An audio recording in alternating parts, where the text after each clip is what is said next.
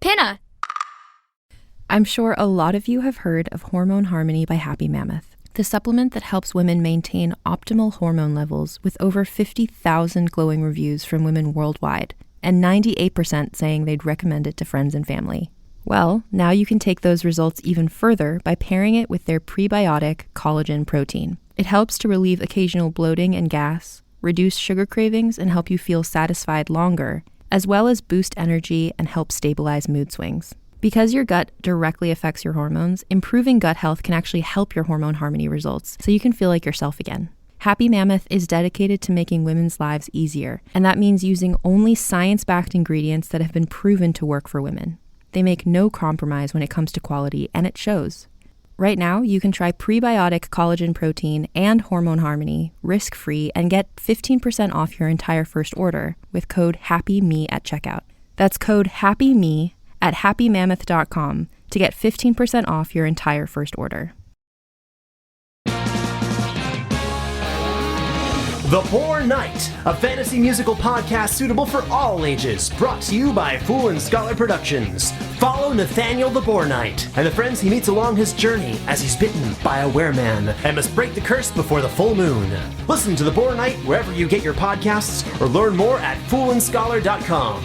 Friendship and daring, music and caring, now's the time. Here comes the Poor Knight.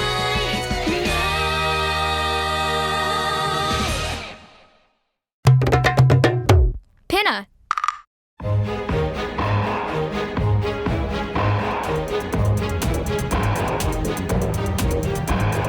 Grim, grimmer, grimmest.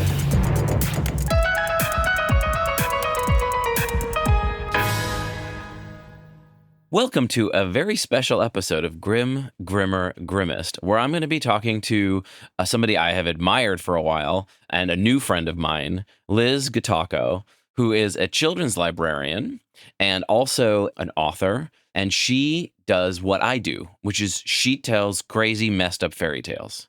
She does it for grown-ups, and I do it for kids and for grown-ups.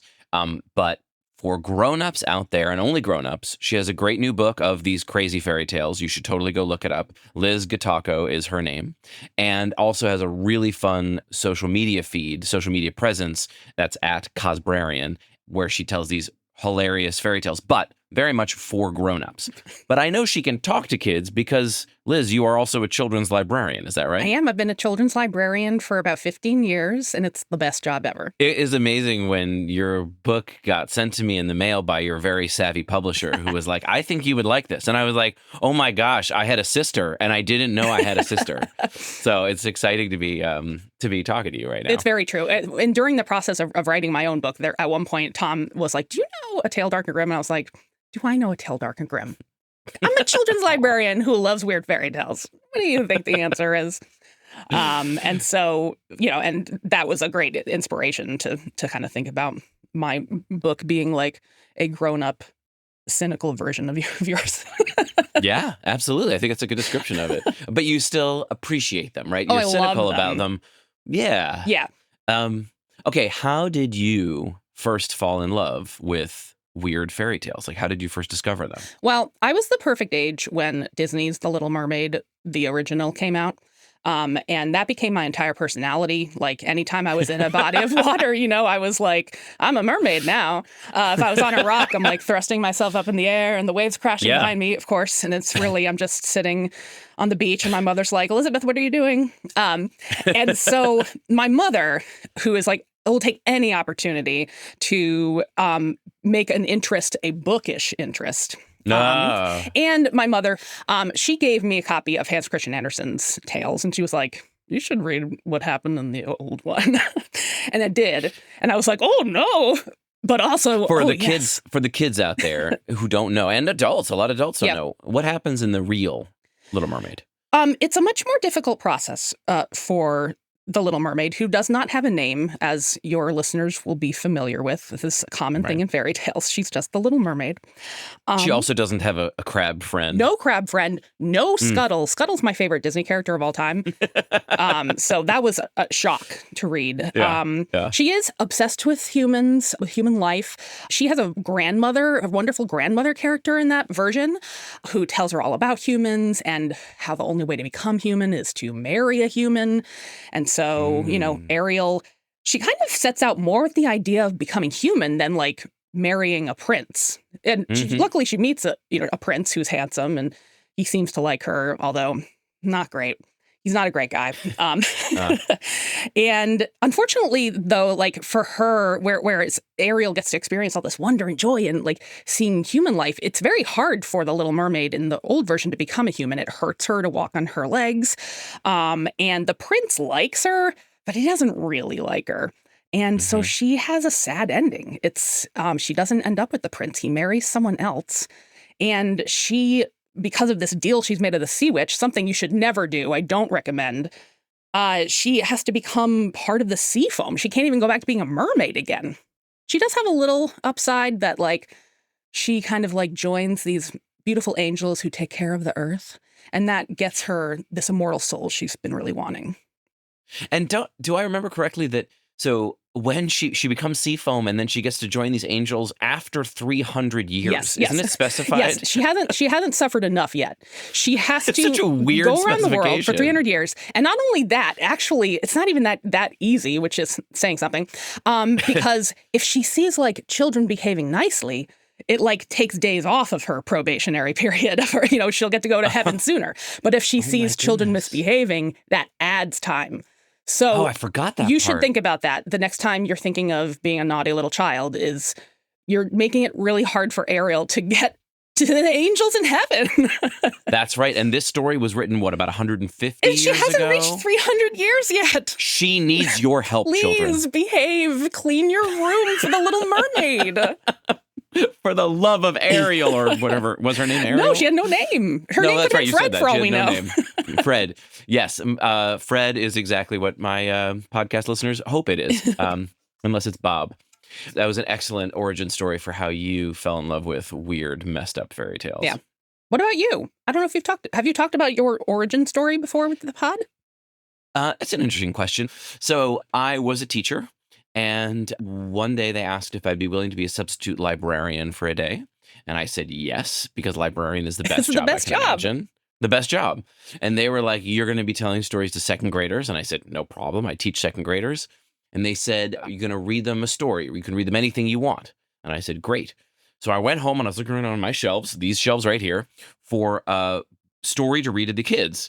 And I came across this book. This is my copy of the real Grimm fairy tales. And I had read a couple of them in college, but I didn't know it well. And I opened it up to a story called Faithful Johannes, which I had never seen before. That's a good one. You know that one. And in Faithful Johannes, two children get their heads cut off by their parents. They get put back on again, so they're fine. Sure. But I was like, that's interesting. Can I read this to second graders? Will I get fired? And then I thought, let's find out. Yeah, right. Why not? Only one way to know. So I brought it in and I started reading to these kids, and very quickly they started to get nervous. So I'd make jokes to calm them down, or I would warn them something really terrifying was about to happen. And I think I did a pretty good job, because by the end of the story, I looked up and every kid had the same expression on his or her face. Every kid looked exactly like this, which for the podcast listeners, they look traumatized. That's what they look like. And so I dismissed them. But this one little girl came up to me afterwards. I'll never forget this, because this moment changed my life. She stuck her finger in my face and she said, that was good. You should make that into a book. Oh. And I went home and I wrote it down and I sent it to an agent whose kid I taught. I just happened to know this person.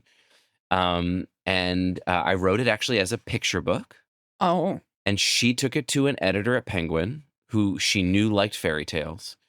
And the editor invited me to Penguin, and the editor sat me down and said, it's interesting. You wrote this as a picture book.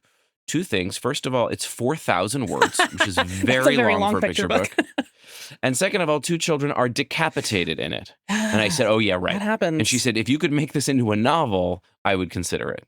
And so I turned that into the first chapter of A Tale Dark and Grim. That's so exciting. Yeah. So I'm assuming that little girl gets some royalties now. She gets nothing. Oh, But I still know her. Yeah, I bet. She actually, I was a few years after that, I was doing an event I was at the Brooklyn Book Festival, and I told that story, and this girl comes up to me afterwards, and she goes, I think I was in that class. And I go, you were the girl. It was That's amazing. you. And that I still know girl her. was me. Somehow we're the same age, but somehow it was me. I love that idea, though. Yes. We should change the origin story and actual person, Violet. I'm sorry, Liz is taking your place. I'm honored.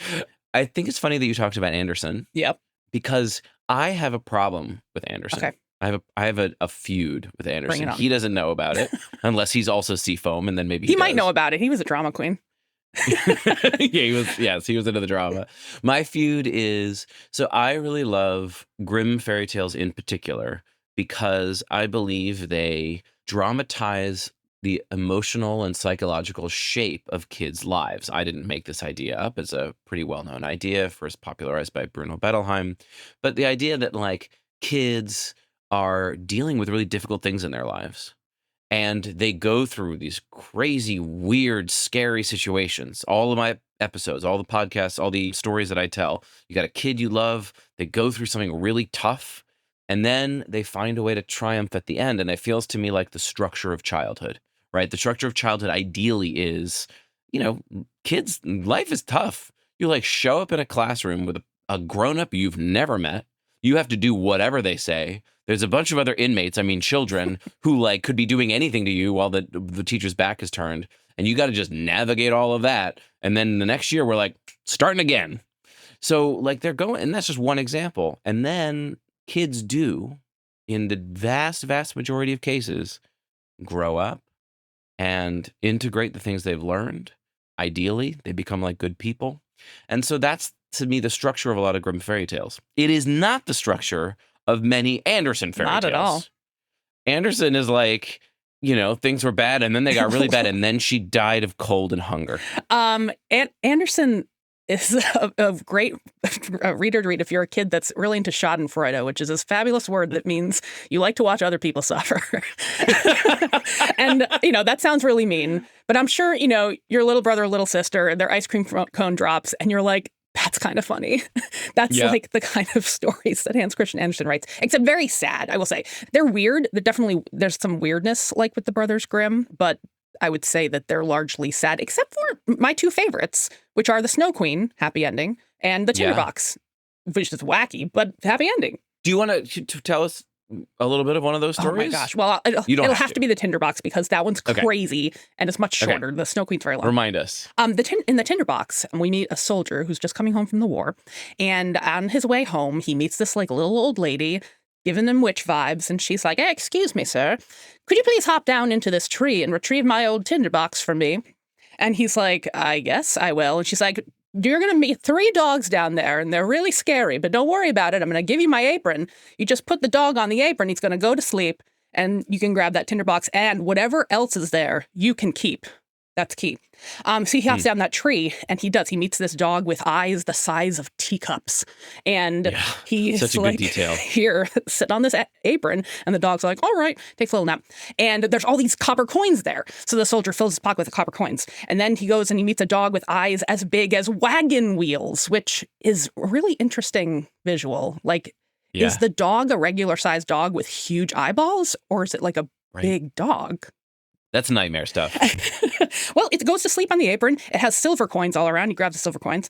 And then the third dog, you can probably guess, has gold coins. And his eyes are as big as, oh my gosh, it's like this tower in Copenhagen. I can't remember the name of it. In Denmark. Anyway, that's where the Tinderbox is. When he gets back up on the tree, he's like, so what's the deal with this Tinderbox? Like, you seem pretty into it. And she's like, none of your business. And he cuts her head off. He's like, all right, well, what? He just cuts her head off. This is the hero of our story, folks. He's not always very heroic. I guess sometimes in these old fairy tales, they're like, the only good witch is one whose head's been cut off. So he does that. He takes a Tinderbox. Well, not a very nice thing to do, but it works out very well for him because that Tinderbox will summon those dogs every time he strikes a match. A Tinderbox is like a lighter, I would say. It's more like a lighter, one of those little clicky ones. And he can summon the dogs, and the dogs will get him whatever he wants. And so he becomes really rich. Along the way, he kind of kidnaps this princess. He's not a good dude. Goodness. There's a way to make it nicer. I think you could make it a little less crazy. But I mean, there's a reason why Anderson is so nutty. Yeah.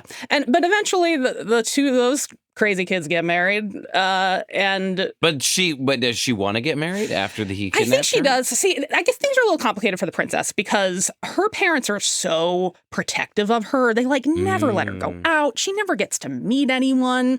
And even though the soldier meets her in kind of a sneaky way that I don't recommend, I think he probably should have knocked on the door and been like, hey, do you want to come hang out with me and my weird dogs? That would be the way I would go about it. And that's how everyone should go about it. But maybe he was helping her escape? Definitely. I think so. Okay. And so at the end, her parents try to prevent the marriage, and the soldier gets back at them in a real crazy way.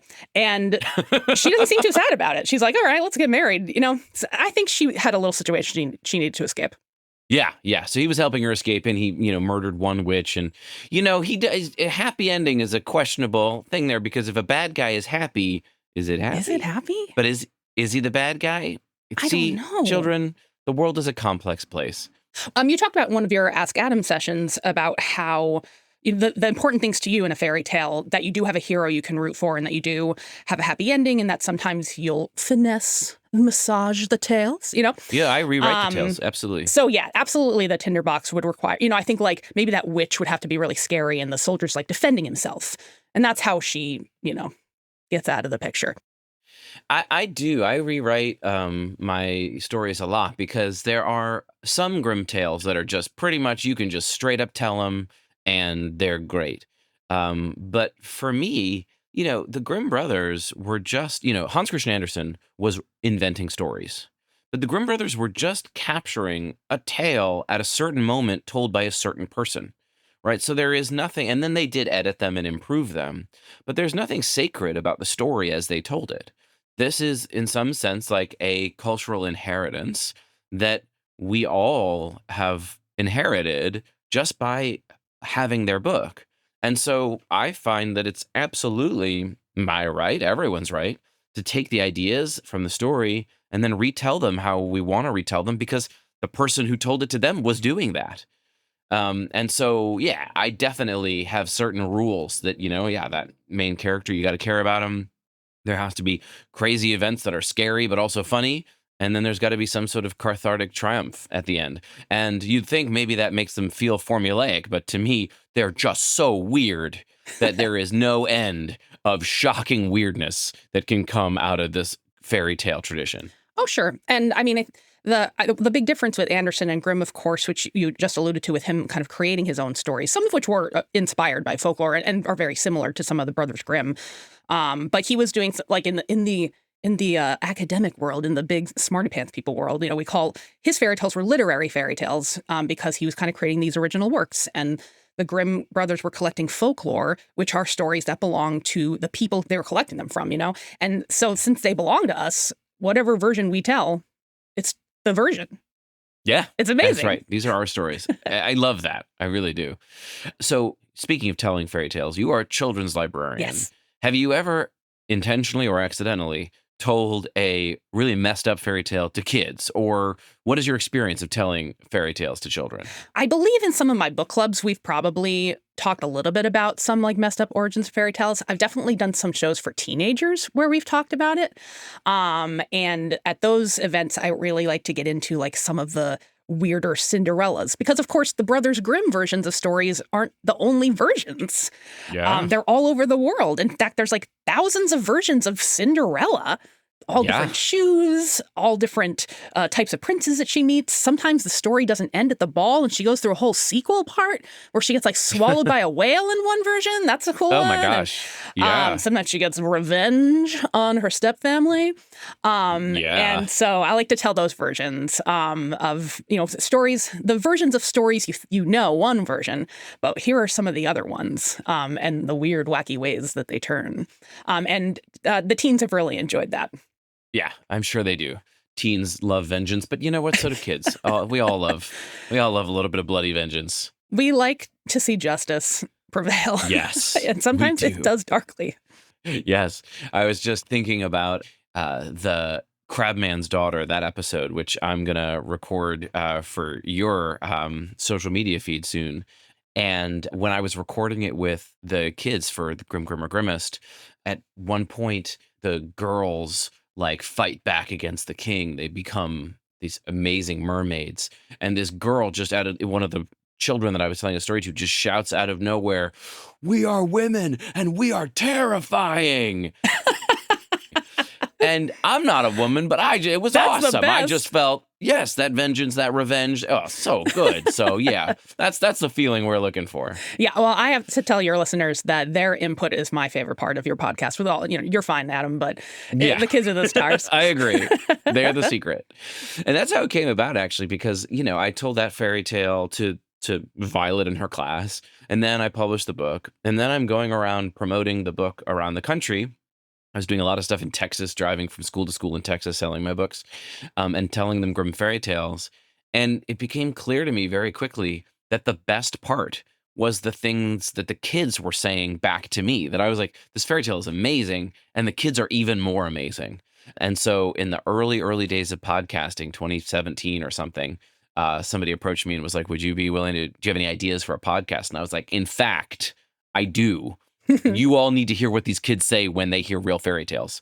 And so, yeah, the kids are the star, but don't actually tell them that, because then they get, then they want to talk too much and they get swelled heads. And kids, you're fine. You're just along for the ride. Please stop interrupting me. There's just enough happening. You don't want to overdo it. Yeah, exactly. Well, I actually go through the same thing with my grown-up audiences. Grown-ups experience fairy tales in a very similar way to kids, because I do story time for children and then I do story time for adults. I see the responses, and a lot of times my followers will crack jokes about the fairy tale that I'm like, why did I think of that? That was really funny. Or they just relate to it in a way, in a new way, similar to your audience, Yeah. And you, unfortunately, don't get to incorporate them in, but I guess No. because comments are sort of part of the experience. Yeah, other people can read them and riff off of that for sure. Yeah. I was storytelling only online for so long, and just kind of talking into my phone and people listening on the other side, that getting to do it live in the past year has been really lovely. And because it's a really important part of storytelling. Yes, it is a social experience, absolutely. And you have some public events coming up, actually, I think. That was a transition that we did not plan, but I think you've got 2 in New York and a couple in Rhode Island. Is that right? I do. I'm doing a ton of Rhode Island events because that's where I am, and it's tiny and I can literally go all over the place. In October, I'm coming in to New York to P&T Knitwear. I'm going to be doing a show in Baltimore and Richmond, Virginia, Portland, Maine, mostly Northeast places. That's great. When are you going to be in Baltimore? I'm going to be in Baltimore in November, on November 13th or 14th. I can't remember which. Okay, awesome. I'm going to be in Baltimore on September 19th at the Enoch Pratt Free Library, 4 p.m. Lovely. Roland Avenue, everybody. So yes, unfortunately, we will not overlap. Oh, well. But Baltimore folks, you're being taken care of.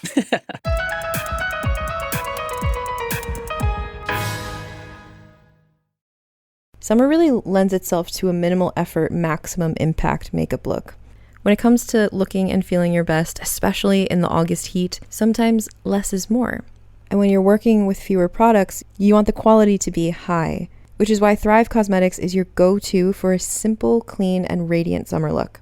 Every product is 100% vegan, cruelty-free, and made with clean, skin-loving ingredients that work with your skin, not against it. One of my favorite Less is More products is their Brilliant Eye Brightener.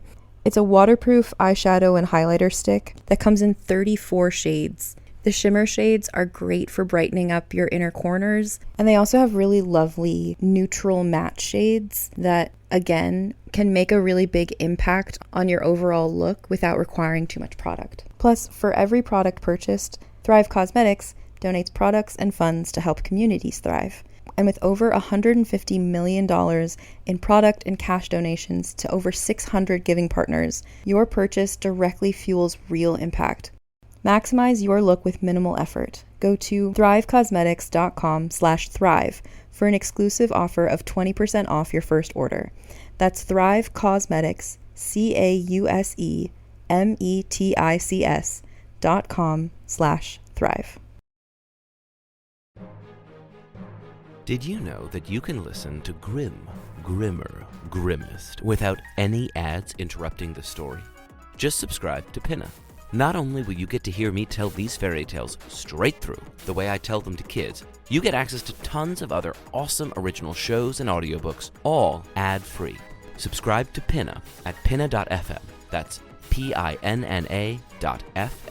And use code GRIM with 2 M's to get 30% off an annual subscription. And remember, it's not a Smurf.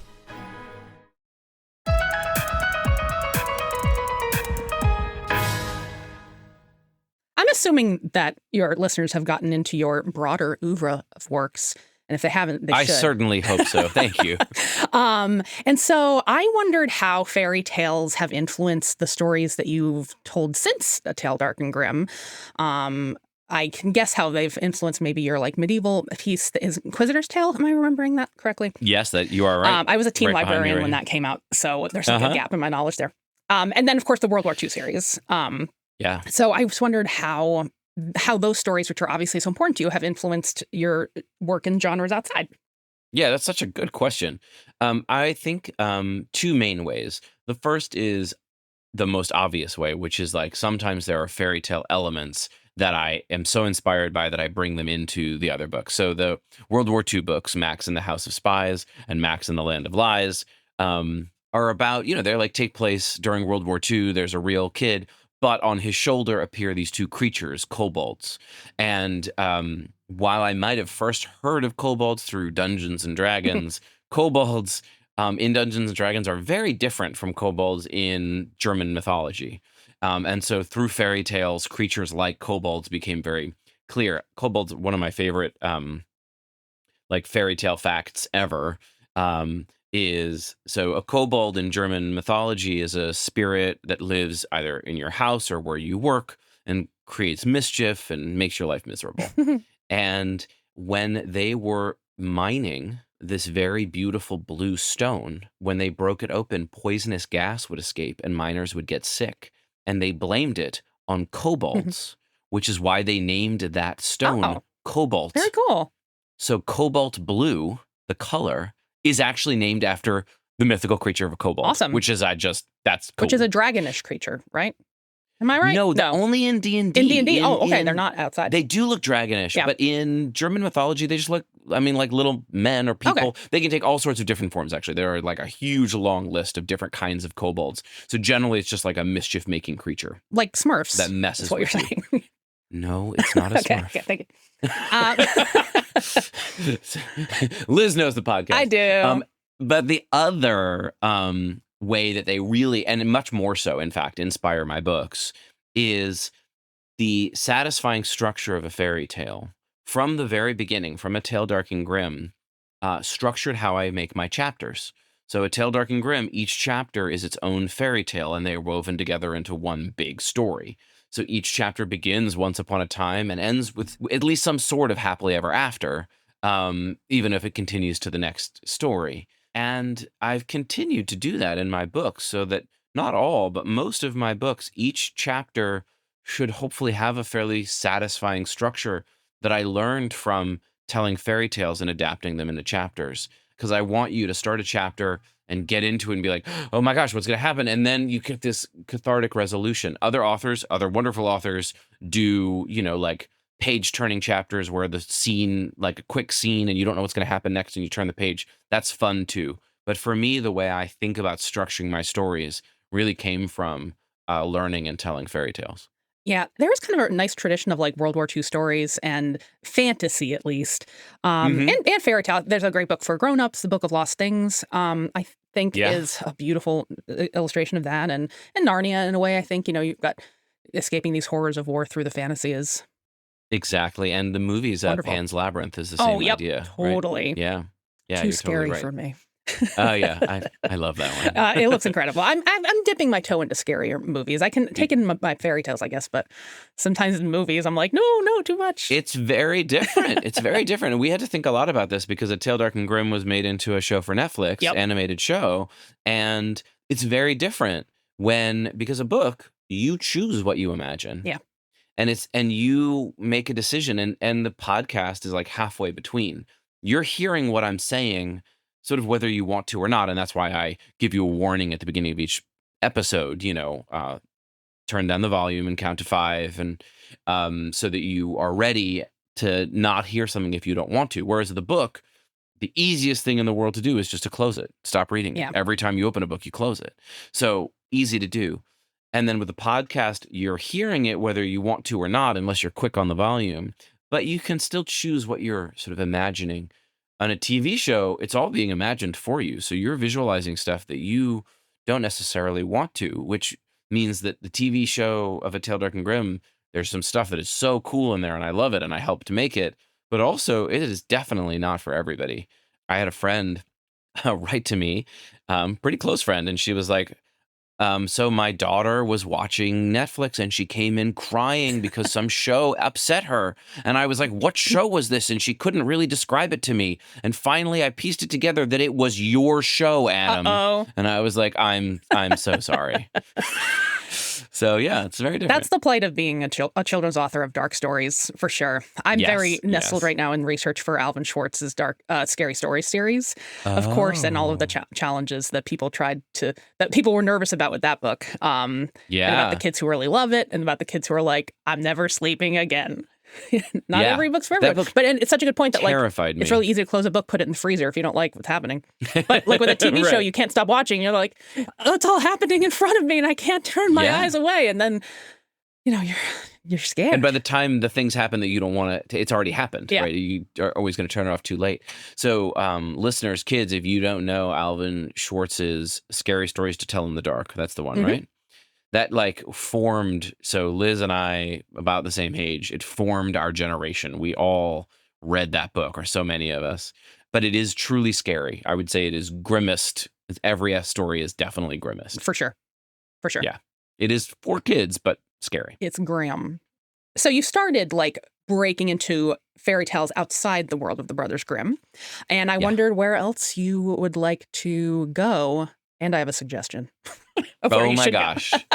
Okay, I'll tell you where I'm going, but then I really want to hear your suggestion. So all my Grimmer Grimmest listeners know that we do a lot of stories by Franz Xaver von Schönwerth. This book is called The Turnip Princess. What's so cool about Franz Xaver von Schönwerth, other than saying his name, which is one of the most fun things you can do, is that his stories were only discovered about 20 years ago in a cardboard box in the Bavarian National Library by a graduate student. And so he collected stories the way the Brothers Grimm did around the end of their career in the 1850s. He was doing his work. And some of the stories are fairly well-formed and well-told. But because he never got around to editing and publishing them, many of them are kind of a jumble. You're like, what is even happening in the story? I can't quite tell. But the details are so unbelievably weird that it's great material for me to take and reform and then put out there. There was an episode in the new season of Grimmer Grimmest called The 12 Tortoises. And it's just, the whole thing has nothing to do with tortoises until the very end when 12 tortoises walk out and the main character has to figure out how to transform them back into people. And then it's over. And you're like, what? Sounds awesome. It is awesome. There's so many examples of his weird stories. Also in season 5 of Grimmer Grimmest, the newest season, I have a guest storyteller join me on an episode. Her name is Sana Ali Muhammad, and she and I tell The Fisherman and the Jinn, one of the Arabian Nights stories. That's a good one. Which she heard growing up. It's such a good story. And there's a Grimm version of it too, but I definitely prefer that version. And Sana and she did such a good job of making it super funny. So that's where we've started to expand. But what is your recommendation? Okay, I'll try not to give you too many. But the first one I thought of was Italo Calvino's folktales from Italy. Because he was basically kind of like the Brothers Grimm of Italy, and they're very funny. There's a lot of really weird stuff, and I think that they have the same quality of what you like about Grimm folktales, and I think your kids would like them too. I'm trying to think of a couple examples. There's one about a princess who lives inside an apple. There's one about a boy who is Well, this is going to sound really grim, but he's cut in half by a witch, and he lives 2 different lives, one place and one half another place. Yep, that's called The Cloven Boy. Okay, I have to tell that yeah, one. Yeah, That's so there's good. some really good stuff in there. And there's a lot of like familiar things as well as like the Italian versions of Little Red Riding Hood, which is an ogre instead of a wolf, and fun things like that. I also think you should look up Hungarian folktales. Cenge Zalka is a great storyteller for those. Okay. There's a great YouTube series. I'm looking at my fairy tale shelf as you're talking. I'm not distracted. I've got some of these here, Good. and I was going to hold them up if I could. Yeah. So I have it, and like the Grimm Brothers book, I hadn't read it yet. I haven't read it yet. So, okay. Turns out I will. Yeah, leaf through that baby. You'll love it. Yeah. Actually, Italian fairy tales in general are really fun. Some of them are really grim, like Mr. Anderson, but some of them are really fun and weird. Yeah. And you like Pinocchio is a great example of one that's really wacky. And, a lot of these Grimm fairy tales first appear in collection by an Italian collector named De Basile, who was collecting fairy tales back in like the 1600s. Yeah. So like they go back. In fact, many of them go back to Italy. And then even before that, and this is something that I learned while writing The Inquisitor's Tale, some of them go back as far as something called the Gesta Romanorum, which were these Roman stories that passed through the Middle Ages and then were then written down. So a lot of these fairy tales go way back even to the Roman Empire and before. Yeah, and some people who are much smarter than me, like scientists, think that there's evidence that like Beauty and the Beast is 4,000 years old. Wow. Isn't that crazy? Some Yeah, form of that's it. I'm sure it was a amazing. very different version of it back then. But Yes. 4,000 years old.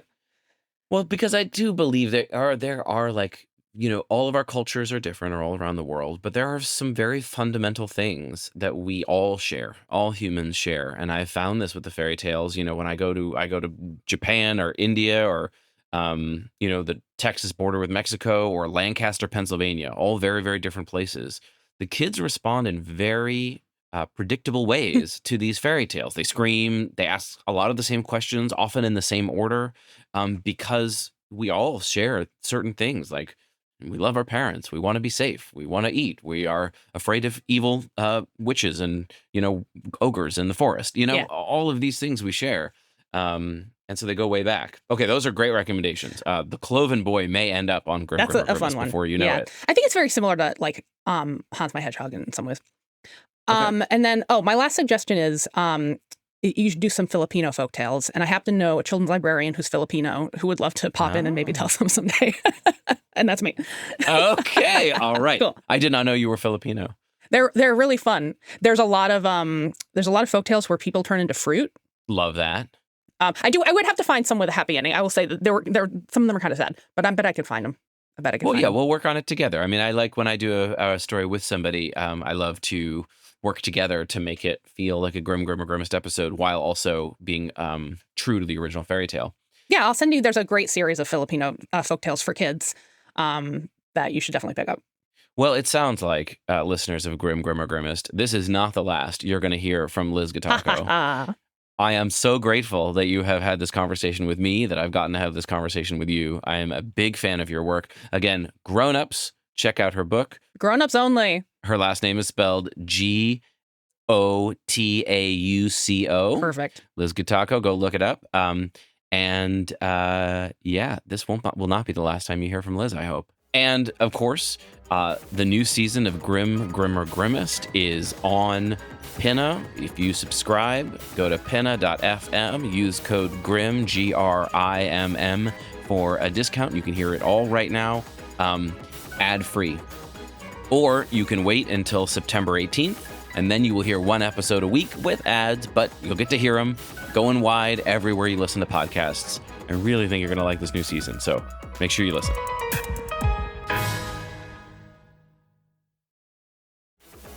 Grimm or Grimmest is a Pinna original production, created, written, and narrated by me, Adam Gidwitz, author of A Tale Dark and Grim.